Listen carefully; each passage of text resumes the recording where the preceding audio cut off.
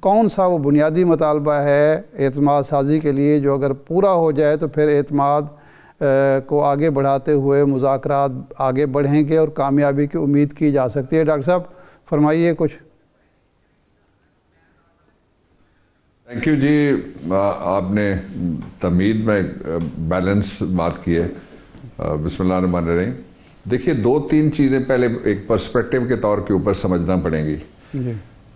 یہ جو عمران خان کی پیشکش ہے، یہ پیشکش اس ماحول کے جواب میں ہے کہ یہ کہا جا رہا ہے جی کہ پی ٹی آئی کسی سے بھی مذاکرات کرنے کے لیے تیار نہیں ہے۔ دوسرا یہ کہ جو پارلیمنٹ ہے اس کی لیجیٹمیسی کوئی تسلیم نہیں کر رہا، اس لیے کہ جو پارلیمنٹ انہوں نے بنائی ہے وہ فارم 47 کے ذریعے بنی ہے، اور اس کے اپنے لوگ کہہ رہے ہیں کہ ہم بڑے شرمندہ ہیں کہ ہم نے یہ گورنمنٹ لے لی ہے۔ ساتھ یہ بھی کہہ رہے ہیں، آن ریکارڈ انہوں نے کہا ہوا ہے کہ ہمیں تو بٹھایا گیا جی زبردستی، ہم تو آنا نہیں چاہتے تھے، اور وہ ایک طرف گورنمنٹ میں بیٹھے اور دوسری طرف وہ مظلوم بن کے کہ جی ہم بڑے مظلوم ہیں، ہم نے زبردستی ہمیں اقتدار سونپا گیا۔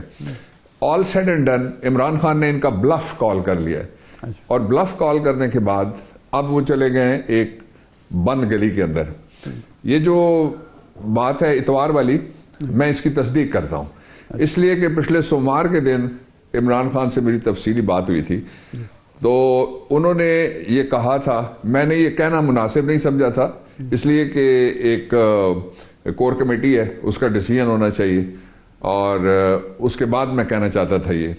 اور دوسرا اس کے ساتھ ہی یہ ہے کہ جو پاکستان تحریک انصاف ہے، اس کے اندر سے ایک مصالحتی کمیٹی بنی ہوئی ہے، اس کے جو لوگ اس میں شامل نہیں ہیں، نہ کور میں یا مصالحتی کمیٹی میں نہیں ہیں، ان کی طرف سے بات کرنا میرے خیال میں کوئی درست طریقہ یا کوئی مناسب بات نہیں تھی، تو اس لیے میں نے اس کو نہیں چھیڑا۔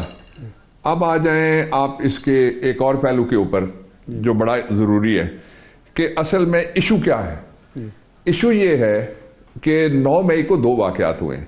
ایک صبح کے وقت ہوا ہے جس میں کچھ لوگ جو کالے نقاب جنہوں نے پہنے ہوئے تھے وہ آئے، اور وہ پرائم منسٹر جو اپنا بائیو میٹرک کرانے کے لیے ایک ہائی کورٹ پہ موجود تھے ان کو اغوا کر کے لے گئے۔ وہ ان کو اگلے دن سپریم کورٹ آف پاکستان نے غیر قانونی حراست سے چھڑوایا۔ دوسرے واقعات اس کے ریئیکشن میں، اس کے آفٹر ماتھ میں، جو مرضی آپ اس کو نام دینا چاہیں، وہ سارے نام ٹھیک ہوں گے، وہ ہوئے ہیں سارے۔ اس کی تحقیقات ہونی چاہیے کہ کیا اس میں پاکستان تحریک انصاف کا کوئی پلان تھا۔ ان کو تو پتہ ہی نہیں تھا، جو گرفتار ہونے والا ہے اس کو پتہ نہیں تھا، تو پلان کس نے کرنا تھا اور کب کرنا تھا اور کہاں کرنا تھا۔ لیکن یہ ایک کلیم ہے، ایک کاؤنٹر کلیم ہے، یہ دونوں تب ریزالو ہوں گے جب اس کے درمیان ایک آربٹریشن کے لیے بیٹھے گا، ثالث ثالثی کے لیے بیٹھے گا، جو سپریم کورٹ کے سینئر ججوں پہ مشتمل کمیشن ہو سکتا ہے۔ کیا اس سے پہلے کوئی ایسی مثال موجود ہے؟ مثال موجود ہے، جب اے پی ایس کا واقعہ ہوا تھا اس کے بعد، اور اس سے پہلے بھی ہمیں چیف جسٹس نے خود کہا تھا، اور چیف جسٹس نے کہا کہ آپ سپریم کورٹ کیوں نہیں آتے، اور وہ پھر حفیظ پیزادہ تھے، میں تھا، کچھ اور لوگ تھے، ہم نے بیٹھ کے پٹیشن تیار کی تھی، تو 4 ججوں پہ مشتمل ایک کمیشن بنا تھا جس نے 42 جو دھاندلیاں تھیں، انہوں نے کہا منظم دھاندلی نہیں ہو، لیکن یہ 42 نکات انہوں نے دیے تھے کہ یہاں الیکشن فیئر نہیں ہوا۔ اب دوسرا جو پہلو ہے وہ یہ ہے کہ ہم کہتے ہیں ہمارا جو مینڈیٹ ہے وہ چوری ہو گیا ہے، اس کے لیے ہم نے ایک پرامن احتجاج کیا۔ ہمارے کسی آدمی کے پاس کلیکشن کوف نہیں تھی، کوئی راکٹ لانچر لے کے نہیں آیا ہوا تھا، اس کے اوپر فائرنگ ہوئی، 12 جنازے ہوئے جو پبلکلی پڑے گئے، ان کی مزار موجود ہیں، ان کے والدین موجود ہیں، ان کی فیملیز موجود ہیں، پھر درجنوں، یعنی میں کوئی نمبر میرے پاس ایگزیکٹ میں نہیں کہنا چاہتا، یعنی 150 کے قریب تقریباً درجنوں لوگ وہ ہیں جو مسنگ پرسنز ہیں۔ اور میں آپ کے اس شو کے ذریعے سے یہ بات پہلی دفعہ میں آن ریکارڈ لانا چاہتا ہوں، یہ پہلے کسی نے نہیں کہی، کہ ساری دنیا کے جو گلوبل لا ہے انفورسڈ ڈس اپیئرنسز کے اوپر، کہ لوگوں کو گمشدہ کرنے کے اوپر، وہ یہ کہتے ہیں کہ جو مسنگ پرسن ہے he is or she is presumed to be dead unless produced before the court of law, کہ جب تک مسنگ پرسن پکڑ کے اس کو کسی چارج کے نیچے کسی عدالت میں کٹہرے میں نہیں لایا جاتا، اس وقت تک سمجھا جائے گا، وارثان یہ سمجھتے ہیں، ان کو خدشہ ہوتا ہے اور ان کو یقین بھی ہوتا ہے کہ شاید یہ اس کی کہیں سے لاش ملے۔ کئی لاشیں تو دریافت ہوتی ہیں نا، اسی طرح سے مارے گئے، بڑے بڑے نامور لوگوں کو مارا گیا، ارشد شریف ایک اس کی بہت بڑی مثال ہے، اور بھی اس سے پہلے شہزاد تھے ایک۔ اچھا، اب آ جائیے کہ جب بھی کوئی بات ہوتی ہے تو بات ہوتی ہے سب سے پہلے سی بی ایمز کے اوپر۔ میں یہ بھی آپ کے لیے پیر صاحب بتا دوں کہ یہ کوئی پہلی بات نہیں، مثال کے طور پہ جتنی دفعہ جیل کے دروازے کھلے ہیں اس گورنمنٹ میں کوئی جان ہے یہ دروازہ کھولے گی؟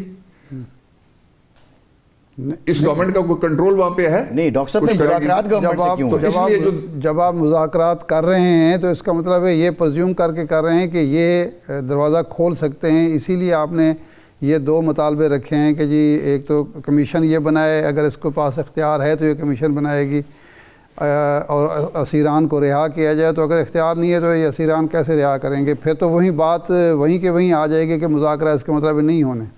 نہیں، میں ذرا بات کروں گا تو واضح ہو جائے گی۔ یہ جو آپ کہہ رہے ہیں یہ تو بات ہو رہی ہے، جو میں کہہ رہا ہوں یہ بات پہلی دفعہ ہو رہی ہے۔ جی جی۔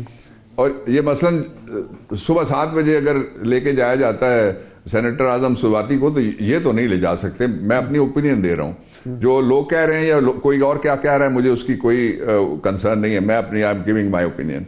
ایک بات یہ ہو گیا۔ دوسرا یہ ہے کہ اس سے پہلے بھی میرے علم میں ہیں چیزیں کہ رابطے کرنے کی کوشش، پھر یہ ہمیشہ دو باتیں سمجھانے کی کوشش تحریک انصاف کو ہوتی رہی کہ پہلی بات یہ ہے کہ آپ غلط ہیں اور دوسری بات یہ ہے کہ آپ غلط ہیں، ہم سب ٹھیک ہیں، ہم نے جو کیا وہ بالکل جائز ہے۔ کہ 245 میں اختیار ہے سویلین گورنمنٹ کا اور مقتدرہ کی طرف سے کچھ نہیں کیا گیا، جو کچھ ہوا ہے وہ سویلین گورنمنٹ نے کیا۔ اب مذاکرات کا جہاں سے آغاز ہے وہ آپ نے بھی اس کے لیے وہ لفظ استعمال کیا ہے، یہ انٹرنیشنلی نون کانسیپٹ ہے، سی بی ایمز کیے جاتے ہیں، کانفیڈنس بلڈنگ میئرز۔ اچھا، کانفیڈنس بلڈنگ میئرز کیا ہیں؟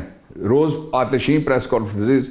اس لیے یہ جو فیصلہ ہے جو سول نافرمانی کا، یہ تحریک پاکستان میں بھی ہوا، پاکستان کے بعد بھی ہے، یہ علیحدہ چیز ہے۔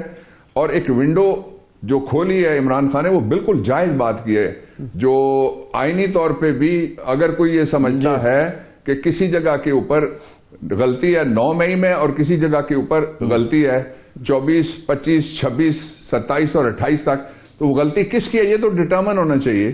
اور یہ کوئی پہلی بار نہیں ہے کہ ہم نے کوئی شرائط رکھی ہیں، یہ تو ہمارا موقف ہے پہلے دن سے۔ ڈاکٹر صاحب آپ نہیں ڈاکٹر صاحب، اچھا آخری میں ایک جملہ کہہ دوں۔ جی جی جی جی فرمائیے۔ جی آخری جملہ میرا یہ ہے کہ میں نے یہ عمر ایوب خان کو بھی کہا ہے جو کمیٹی کے ہیڈ ہیں نیگوسیشنز کے لیے جو بنائی گئی ہے عمران خان نے، اور میں نے یہ بات جا کے کپتان کو بھی کہی ہے کہ اگر مذاکرات کرنے ہیں تو ایک پولیٹیکل پارٹی کیوں، پیپلز پارٹی سے بھی مذاکرات ہونے چاہیے۔ پیپلز پارٹی کو اگر مذاکراتی ٹیم میں شامل نہیں کیا گیا تو ان کو ریزائن کرنا چاہیے، گورنمنٹ چھوڑ دینی چاہیے۔ اتحادی کس بات کے ہیں وہ پھر؟